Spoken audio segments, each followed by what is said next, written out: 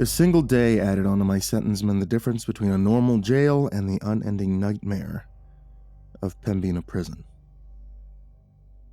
I was supposed to get 364 days. That was the deal. But the judge didn't like my attitude, whatever the hell that meant. So, he made it 365. Boom. 1 year was the minimum for prison. My lawyer made a stink and a half, but it didn't do any good. It's not my fault. In fact, he's the one who's going to release this statement to the press, or leak it online if the Guardian Corrections Group, GCG, tries to get an injunction on us. People have to know what happened at Pembina prison. I'm going to put it right out there and tell you that it was haunted. You think I'm joking, nuts, lying, but you have no idea. Haunted prisons aren't anything like you imagine. Those places that advertise themselves and give people tours, those are a sick joke compared to the real thing. It got so bad that you can actually look up GCG's official filing for Chapter 11. That shit put them out of business on their very first prison. And right there on the briefs, using an early statute from North Dakota law from 1857 to file an insurance claim, it says, site of Pembina prison confirmed by governor's office and 2 notary publics witnessing in person to be afflicted by the supernatural, such that continued business is impossible. It wasn't the first time the prison was closed for that reason either. But leeches keep buying it and reopening it, hoping to make a buck off the common man. And I was shoved into that hellhole without knowing the history, even a single bit.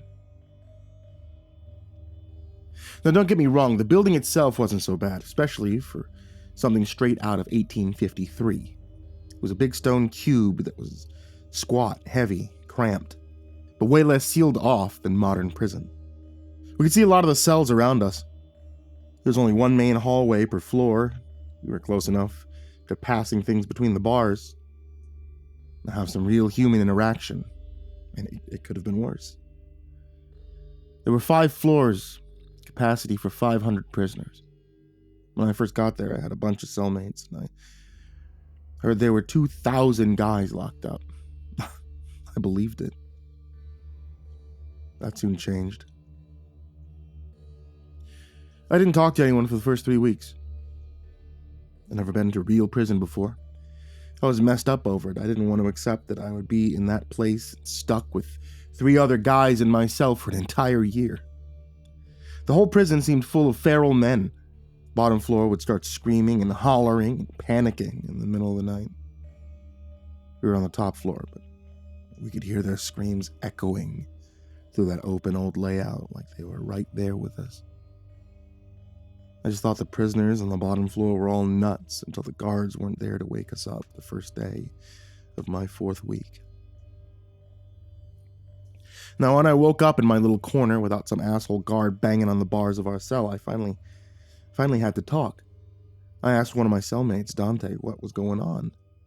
And I'll never forget the fear in his voice, as he said something that should have made us all incredibly happy. The guards are gone, man.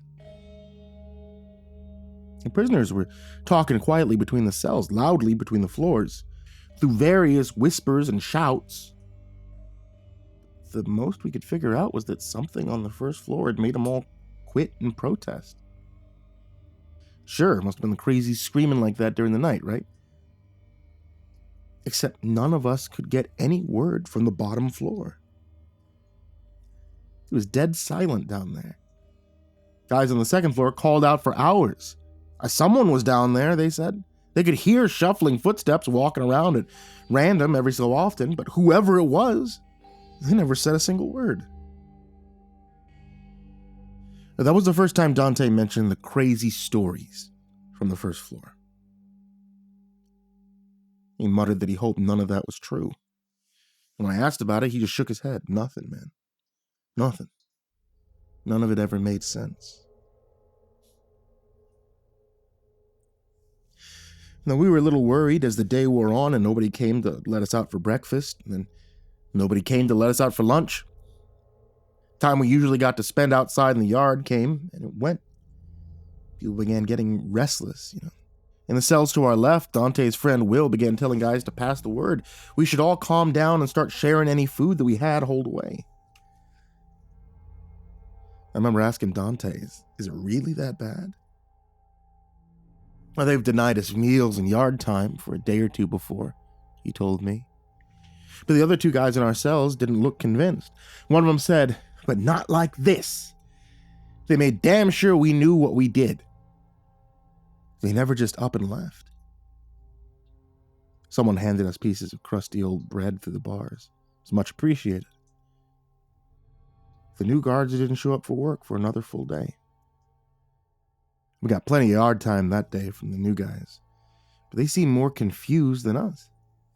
We all watched from a distance as Will asked a guard about what happened. Guard shrugged. I don't know. GCG was paying a premium for fast hires, so I just signed up. And what about the prisoners on the first floor? Will asked. We could still hear them shuffling around down there. We looked on the way out to the yard, but we couldn't see anyone. The guard frowned. Nobody in there. They all got transferred. Transferred? The hell's that mean? It means DOCR took them back. Returned to state custody since the company couldn't handle them. Well, that made sense. I mean, if the floor had been full of nut jobs, then North Dakota's first local private prison company hardly had the experience to handle them. But these new guys didn't even have the skills to handle us.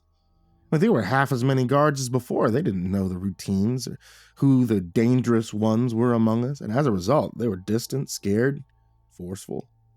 I mean, all except one guy, Kellen. Kellen wasn't the first guard to treat us like human beings, but then he was the only one around. He traded jokes while in the yard, never hit us, looked us in the eyes when he talked. He went and found some paperwork to confirm the crazies had actually been transferred, but it took 3 months to get that info out of GCG. And by the time he told us he'd heard back, we'd sort of forgotten the whole thing. 2 nights later, maybe 2 hours past lights out, the guys on the second floor began screaming. Dante leapt up, fell on one of our cellmates by accident before shouting, "Shit! Shit! Must be a fire!" The other guys in our row began banging on the bars, shouting for the guards. But the uniforms charged past and headed downstairs without talking to us. And we could hear them shouting orders down below and then yelling in confusion. And the prisoners' screams were clearer coming from the second, and it sounded like they were terrified of something in particular, and that they wanted help. The sounds of gates being slammed, the people running, reaching us after about 10 minutes of shouting. And then it was silent. We sat in the dark waiting and listening until morning. And when the new shift came, they were surprised and confused, and Kellen came by to ask what had happened. We told him what we knew. He'd shown up and found open gates and empty second floor. There was no indication what had happened, but he promised to check with corporate and figure out if the absent prisoners had all been rapidly transferred again. Dante gripped the bars and made sure Kellen was looking at him. "Please find out what the hell is walking around down there at night." Kellen blinked at that. "I mean, I'm day shift, so I don't know what I could do, but what do you mean?" "Prisoners are gone," Dante told him fiercely but quietly. "But the guys on the third floor said they still hear someone. Maybe 2 or 3 someones, shuffling their feet every hour or so till morning." "I mean, I guess I can go look right now." Dante reached through the bars and grabbed his uniform, something which usually got us a beating. "Hear me. Do not go in there by yourself. Stay in the stairwell unless someone is with you." Kellen nodded fearfully. It looked like he finally understood how spooked we all were. He waved another guard off, and Dante let go. But nothing more came for a whole season. The night shift had quit, and more guards got hired at an even higher pay. Kellen and another uniform scoped out the first 2 floors, but they found nothing. Dante thought it was because they were looking during the day, but he wasn't about to ask our only friend to risk himself. It was maybe 3 months later. Yeah, I was halfway through my sentence. I had taken up drawing, so I had a pen and paper when we woke up in the middle of the night to everyone on the third floor screaming in absolute panic. Now, this time we were less scared during the event itself. Will offered a guard racing past $500 from his commissary account if the man could come back and tell him what was going on. Dante listened intently, trying to hear individual screams from the third floor over everyone else's shouts and confusion, and I wrote down any words he thought he heard. And I wrote down was Jesus Christ, killing him. God, let us out, coming this way. We weren't as scared when it was happening because we'd lived through it twice before, but this time, the long-term fear was much deeper. Now, we knew for sure that it was going to happen again, and any prisoners that had the means began lawyering up and doing everything they could to transfer to other prisons, even if it meant worse conditions. The problem was, the North Dakota prison system was already overflowing, which is the whole reason GCG got started in the first place. So every guy that got out meant it was just that much harder for the rest of us. Both of our cellmates transferred, giving us space. So that was nice. But it was a small consolation. Apparently word had started to spread on the outside, and GCG's solution, instead of paying the guards even more, was to stop having a night shift altogether, except for just one poor guy. McKellen was a bit miffed. He hadn't gotten a raise out of the whole thing, but he was starting to believe us that something was going on. By then, he'd been around a while. He knew that we weren't bullshitters. And too many other prisoners had told him that they heard someone walking around the first, second, and third floors at random during the night. Just a few steps, sometimes as many as 20, but it only happened every so often, and only once had it been long enough that you thought it had stopped for good. One guy on the fourth floor said that he'd heard a full run from one end of the third floor hallway to the other. Clear enough, he'd expected a guard to come charging up the stairwell, but nobody appeared. He slit his wrists, got transferred out on medical leave the next day. So, we took him seriously. All that was enough to get Kellen to start doing some research on the outside. He came to us in the 7th month of my sentence with a pale face. Beside us at the bars, Will asked, "What's the word?" Kellen seemed grim. "A lot of bullshit out there, but this place is mentioned a lot. It's been closed before, but I keep getting stonewalled when I ask for the historical documents. Thing is, I don't think the prison itself's the problem. Get this." He pulled out a notepad for reference. 2 Canadian priests, Father Norbert Preventure and Sever de Molen, visited Pembina in 1818, for it was even an official township. That was back when the Hudson Bays Company was big around these parts. That's how long ago it was. Well, Pembina was the biggest town in North Dakota then, so trading post was full. The priest chose to sleep outside by where the Pembina River meets the Red River. Folktale has it that a vision of a rotting woman came in the night, stole Provencher's life. 2 men bartered with her to split the remaining life between them, consigning both to live only 35 more years instead of the 70 Sever had left. Now, Sever got an extra month and 20 days as a gift from his friend for his sacrifice. He paused as if we might guess the obvious outcome. And they both died 35 years later. I knew Pembina Prison had a horrible problem, but that didn't mean I had to believe everything. So let me guess, a month and 20 days apart. Kellen nodded. Dante snorted. "It's true, dude," Kellen insisted. "The dates of death are right there on Wikipedia, but get this, 35 years after 1818 made their death year 1853, the year the prison was built, and the place they camped that night, by the meeting of the rivers." I didn't know what it meant, but I was beginning to feel very uneasy. I'm guessing it's right here, isn't it? He was dead serious. "I think there's some shit here. Ancient shit." I asked a guy I know.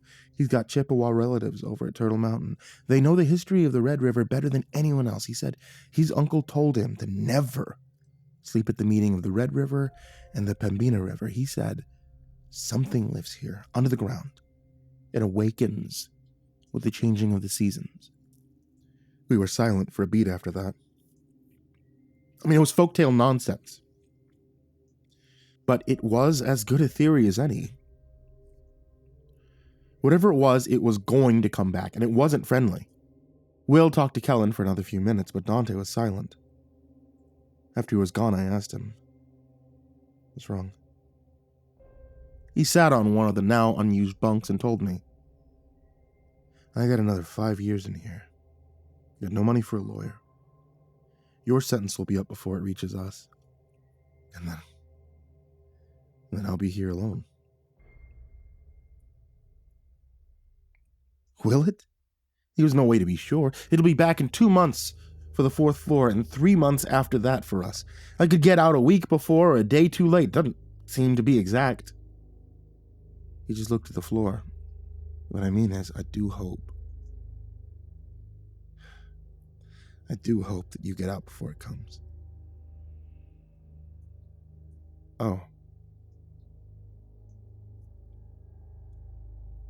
I wasn't sure what else to say after that, so I just sat in my corner like I always did.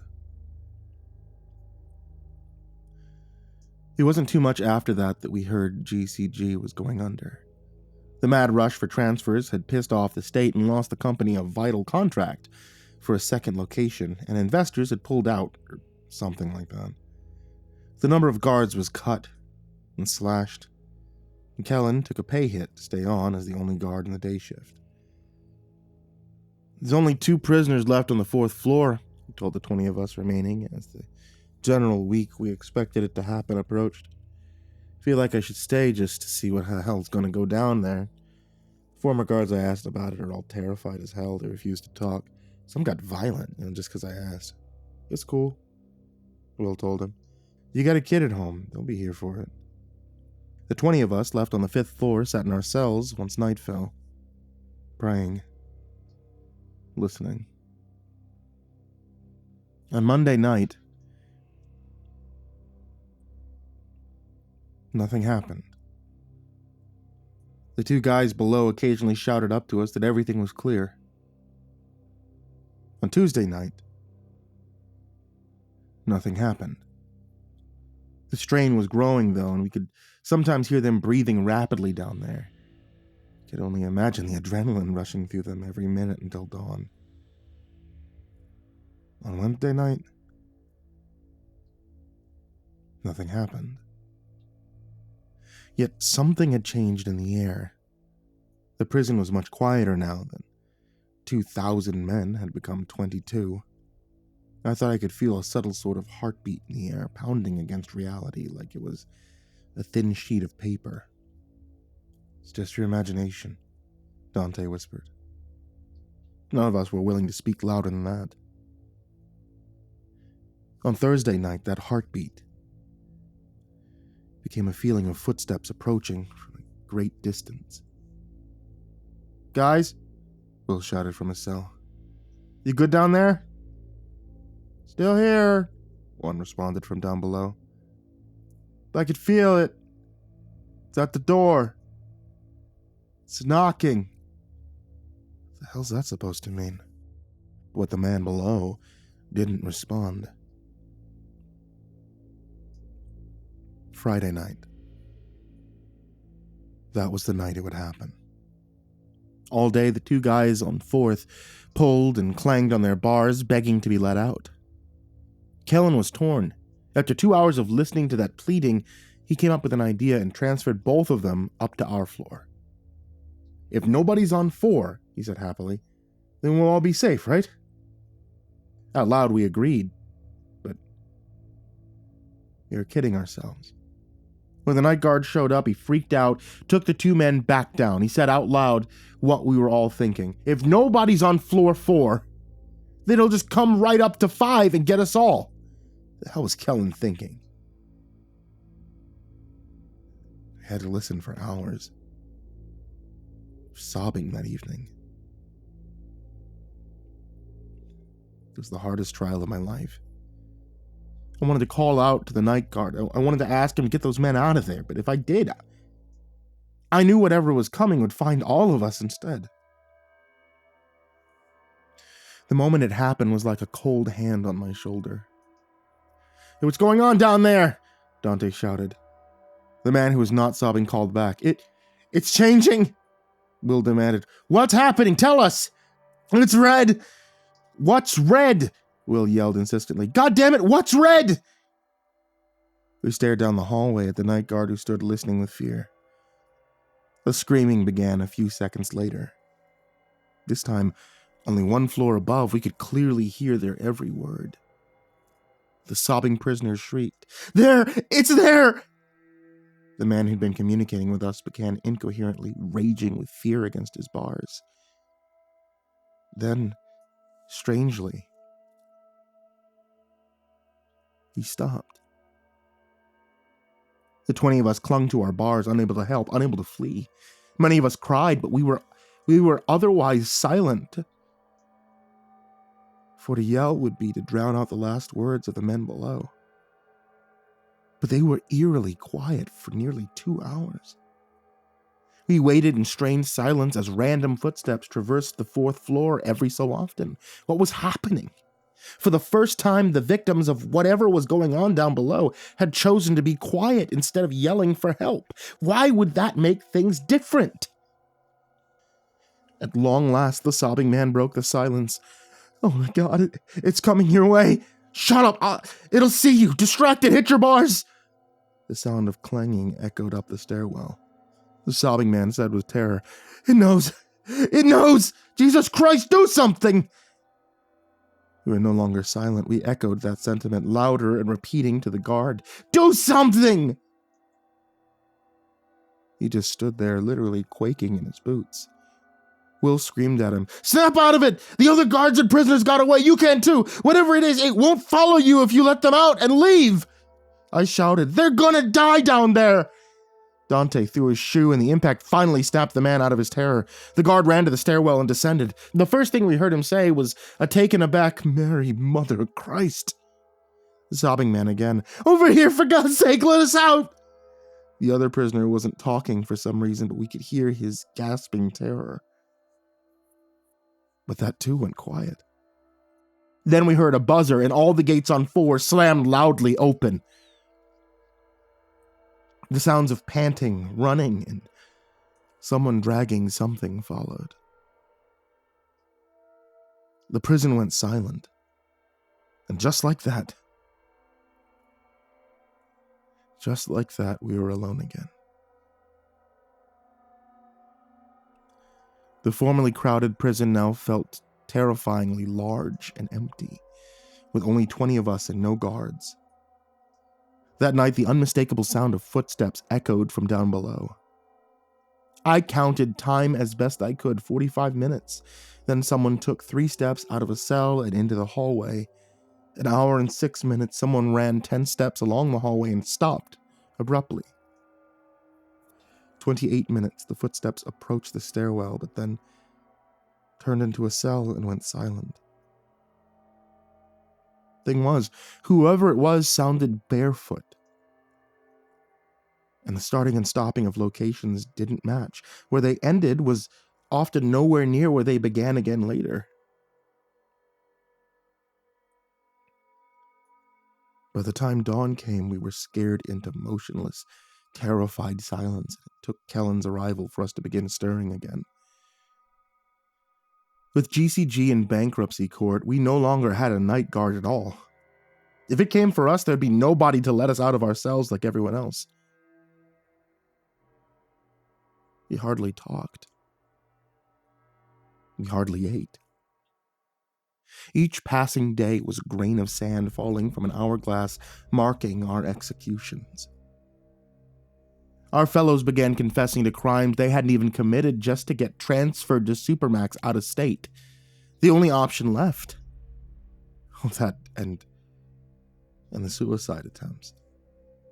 One by one, Kellen escorted or dragged guys out of our floor. 20 became 15. And then 10. Then it was just me and Dante with Will still in the cell to our left. The three of us and Kellen, 4 men, waiting for doom. We sat playing card games in the weeks leading up to it. It would be 1 full year for me in that place, but I could swear I'd spent a lifetime in that cell. Couldn't think, I couldn't remember life before. Couldn't imagine surviving after.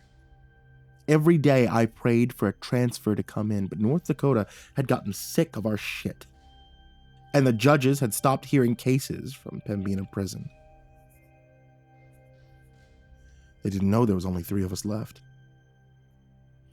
Nobody knew. We contacted the media. We phoned the governor's office. We made a ruckus. And that was worse than nobody knowing. Because it turned out nobody cared.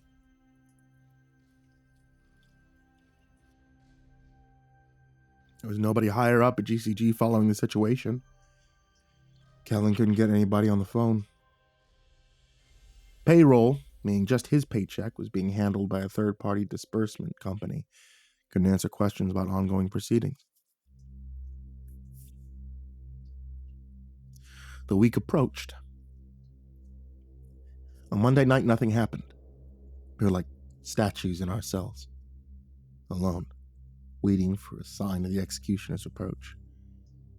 When dawn came, we sighed, we began moving again. Dante asked, "You get out Friday?"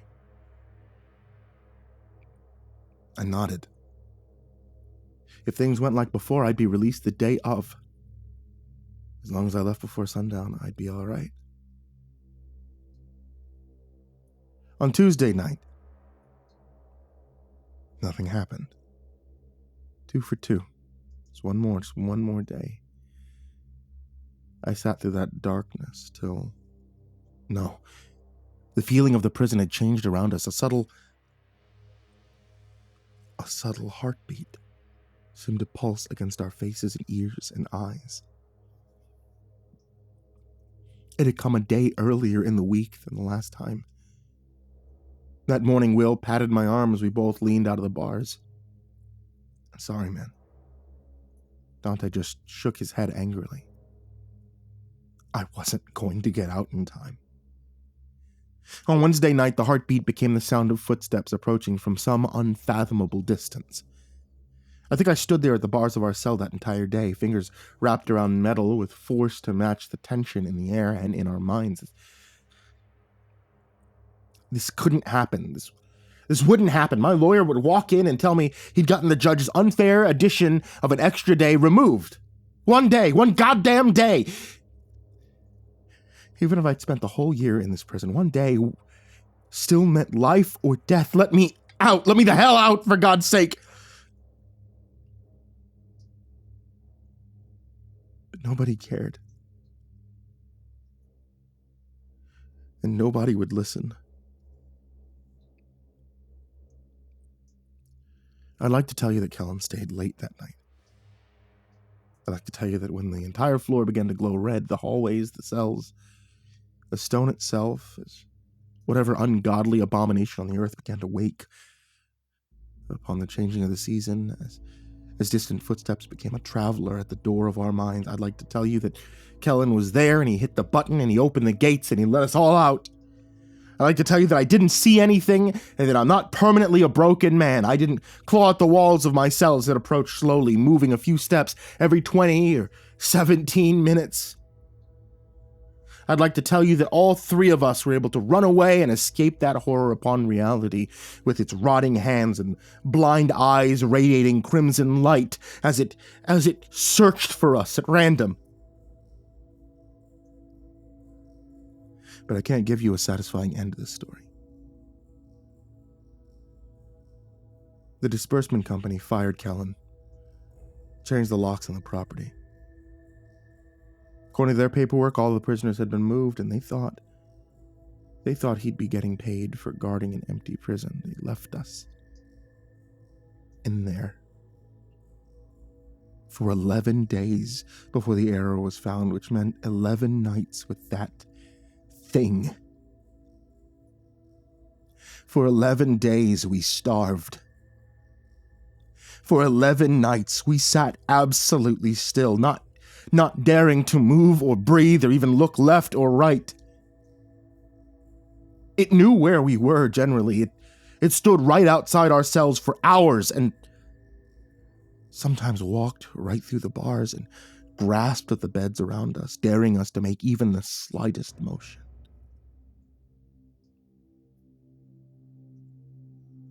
When you spent 6 hours staring into the blind crimson eyes of a rotting demon, unable to blink your eyes for fear that it would hear you, it would hear the air your lashes move. When you've seen what it's seen, the worlds it's walked reflected in hellish red, you'll understand.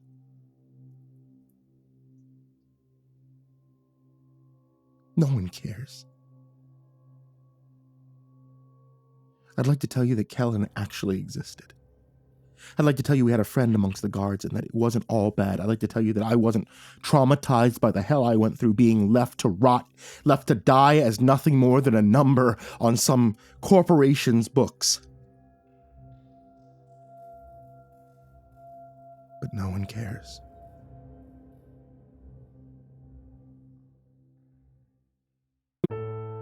Hey there kids, it's me, MrCreepyPasta. I just want to say thank you guys for watching tonight's video, listening to tonight's episode of the podcast. Also, I want to give a huge thank you to everybody on this list of Patreons. If you'd like to join this list of names that I frequently mispronounce, you can check the description in the link down below, which I really appreciate because this helps me, 1, keep the lights on, and 2, helps me pay authors for the stories that you hear on this channel. Also, I want to give a huge thank you to everybody on this list of Patreons. Some of these amazing folks are Diana Kraus, AcidSystem, Blake Rattler, Brandon Mendoza, Brenna, Caltuna, ChicagoHitman, CoryxKenshin, CrusaderChocobo, Dakota Best, Daniel Poulsen, Dante Kinkade, Enchanted Buns, Estebean, HIDive's nephew, himbojerry, Our Minute Seconds Time, Ingegerd Salstrom, Jay Kearns, Jadis Pet, McMog, Mr. Marcus Blitz, Psychomel, Plant Piz, Red Shadow Cat, Remember the Sun, Salty Surprise, Samar Lynn, Seclude, Simba's Bloody Mojo, Sky Harbor, Smiley the Psychotic, Sullyman, Tully Sue, Team Leo 76, The Demented Voice in Your Head, The Chavez Brothers, The Ginger Bros, Tommy Walters, Viceroy Scorn, William Wellington, Your Bro Keegan, Zabub, and Shadow Gardens. A huge thank you to you guys, everybody who shows up in the description down below, and honestly, anybody who can pledge even just like $1 a month. You guys are absolutely amazing. I cannot continue doing this channel without you, and your support means the world to me. And that goes to everybody, not just on Patreon, but honestly just you guys out there who just subscribe, those guys out there who are just listening or putting on the nonstop radio live stream while it's running in their sleep. I appreciate you guys greatly, especially during this kind of rough time for me. Having you guys around, and I mean this wholeheartedly, it is incredible. So, hey, thank you. Thank you for being here. Thanks for being a part of this. And as always, folks, sweet dreams.